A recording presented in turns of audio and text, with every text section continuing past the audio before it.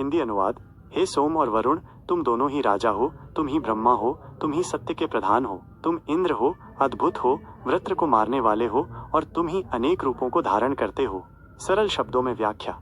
हे सोम और वरुण देवों, आप दोनों इस संसार के राजा हैं। आप ही ब्रह्मा हैं, यानी ज्ञान और वेदों के स्वामी हैं। आप सत्य और धर्म को स्थापित करने वाले मुख्य व्यक्ति हैं। आप इंद्र हैं, जो सबसे पराक्रमी और तेजस्वी हैं। आप ही वह हैं जिन्होंने वृत्र नामक राक्षस को मारकर संसार को भय से मुक्त किया था। आप अपनी शक्ति से अनेक रूप धारण कर सकते हैं। आध्यात्मिक और दार्शनिक संदेश। ये मंत्र हमें बताता है कि सोम और वरुण दोनों ही देव इस संसार के महत्वपूर्ण रक्षक हैं। वे राजा के रूप में न्याय और धर्म की स्थापना करते हैं। ब्रह्मा के रूप में वे ज्ञान और वेदों के स्रोत हैं, जो हमें सही मार्ग दिखाते हैं। इंद्र के रूप में वे शक्ति और पराक्रम के प्रतीक हैं, जो हमें बुराई से लड़ने की प्रेरणा देते हैं। ये मंत्र हमें ये भी सिखाता है कि ईश्वर एक है, लेकिन वो अपनी शक्ति से अनेक रूप धारण कर सकता है। निष्कर्ष।